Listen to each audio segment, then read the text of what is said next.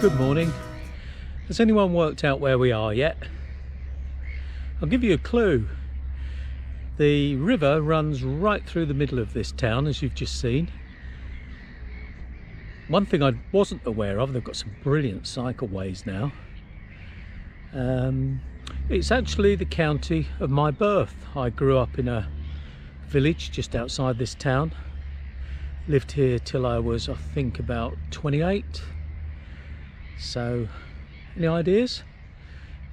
If you have, comment below. But I'll tell you anyway. We're in Bedford, or Bedfordshire. And today we're going to have a ride to some of my old haunts. I'm meeting my childhood pal Lionel. We've known each other since we were probably 3 or 4 years old. I remember my mum calling me and saying, "Quick Roy, there's a fire engine outside." And bear in mind where we lived, there was probably about 4 cars a day. So a fire engine was a big thing. She said, "Go and tell Lionel." So I ran up the road to tell Lionel.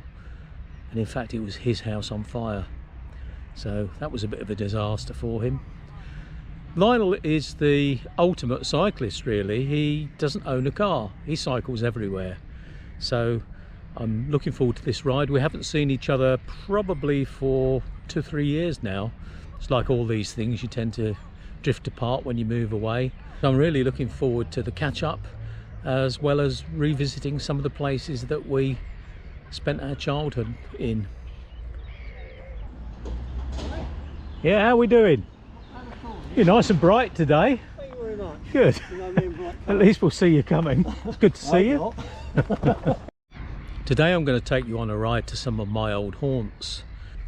We'll be introducing you to some spies, a very secret place, a couple of filming locations and a superhero, plus a memorial to a big disaster. So come along with me for the ride.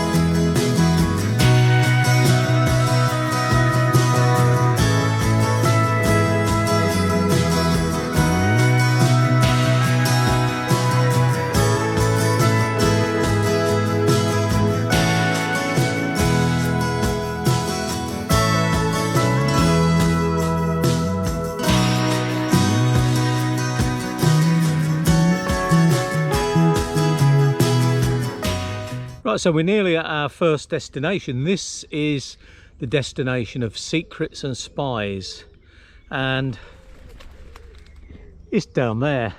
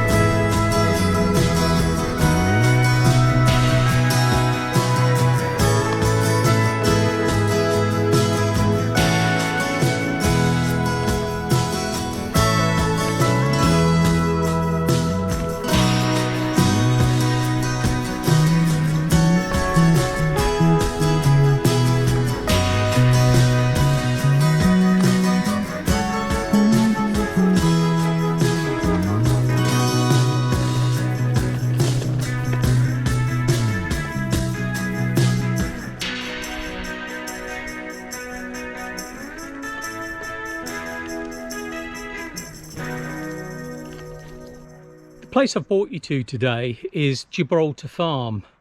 I first discovered this place when I was flying training. We used to use the runway here for our circuits because it was out the way of people.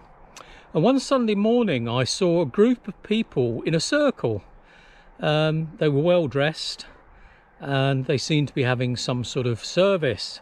So I came over and had a look afterwards. And the first thing I spotted was a tree, and there was a plaque.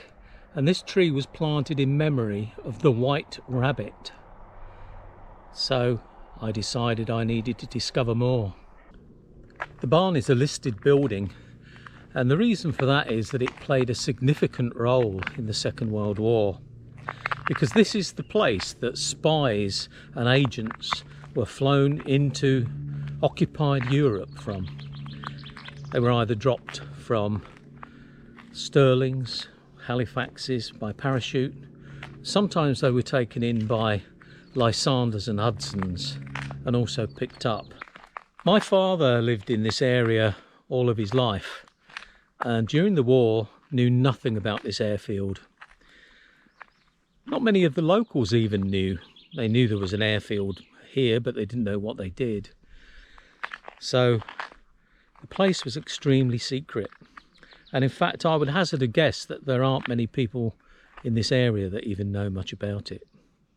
The significance of this barn is that this is the last place those agents would have seen before they left. It's right near the end of the runway, and this is where they would be kitted up with their radios, any other kit they needed. And also they'd have a last check done of their clothing to make sure they didn't have anything like bus tickets that would give them away. The barn has been preserved, and I'll take you inside and show you the memorials. So you can see in here that the original shelving still remains, but instead of carrying radios and other pieces of kit they'd need, today it carries tributes from all over the world.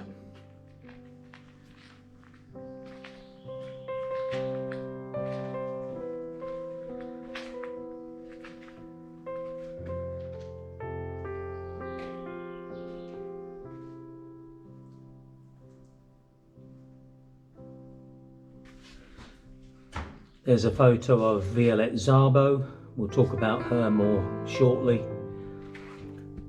Lillian Rolfe. I always find it quite moving when I come in here to think that anybody that was an agent during the Second World War, and they were incredibly brave people, all would have set foot inside this barn. And I think it's quite a privilege to be in here. It's wonderful that they've kept this barn as it is, as a memorial.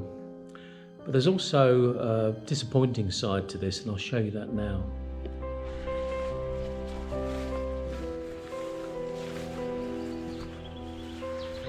Now there's a plaque.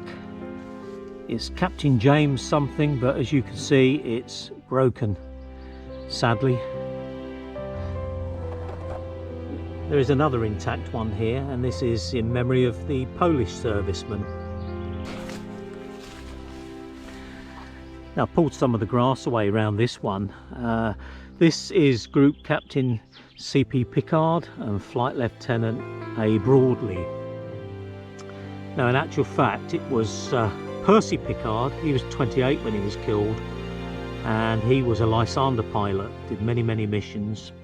He was actually awarded the DFC 3 times. Also commemorated here is Bill Broadley. He was a navigator and he was 23 years old.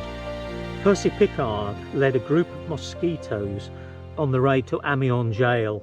It was also the Gestapo headquarters, as well as a jail holding many resistance fighters.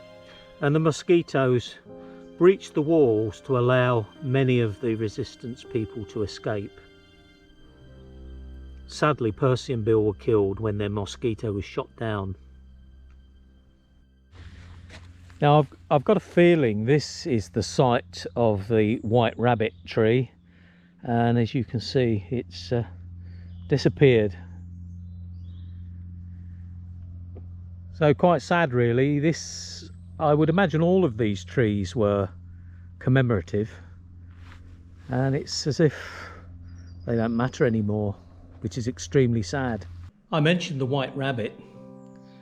His real name was Wing Commander Forrest Yo Thomas, and he was an incredibly brave man.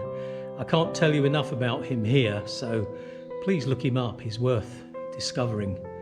And in fact, Ian Fleming stated that Yo Thomas was one of the inspirations for James Bond, and he left from this very building.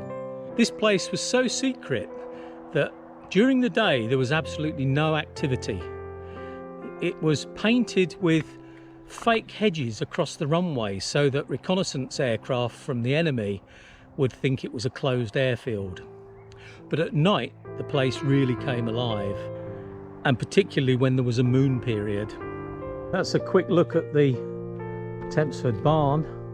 It's an incredible place to come and visit, and hopefully you'll feel the way I do. I find it quite humbling to be here, frankly. I'll put some links below so that you can have a look at where it is and read up on some of the people here. But we're going to move on now, and we're going to look at another memorial to these people nearby.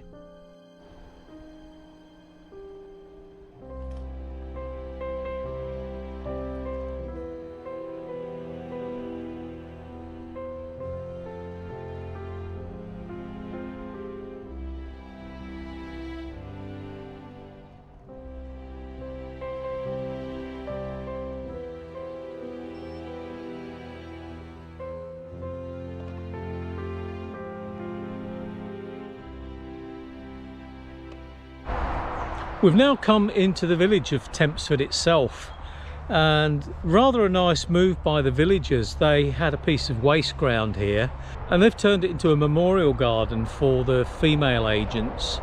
I believe it was 76 agents were all female, and they are all, well, certainly most of them, are commemorated on these pillars.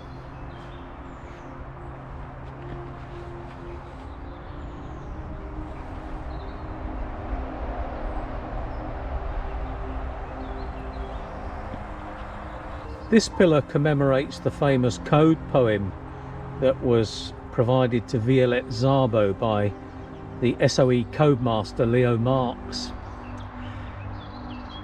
Many people think that Leo Marks wrote this for Violette, but in actual fact he'd written it for his fiancée who had died. These poems were provided as a form of code, and they originally used well-known poems, but they did find that the Germans were cracking these, so they started to use original works, and this is one of them.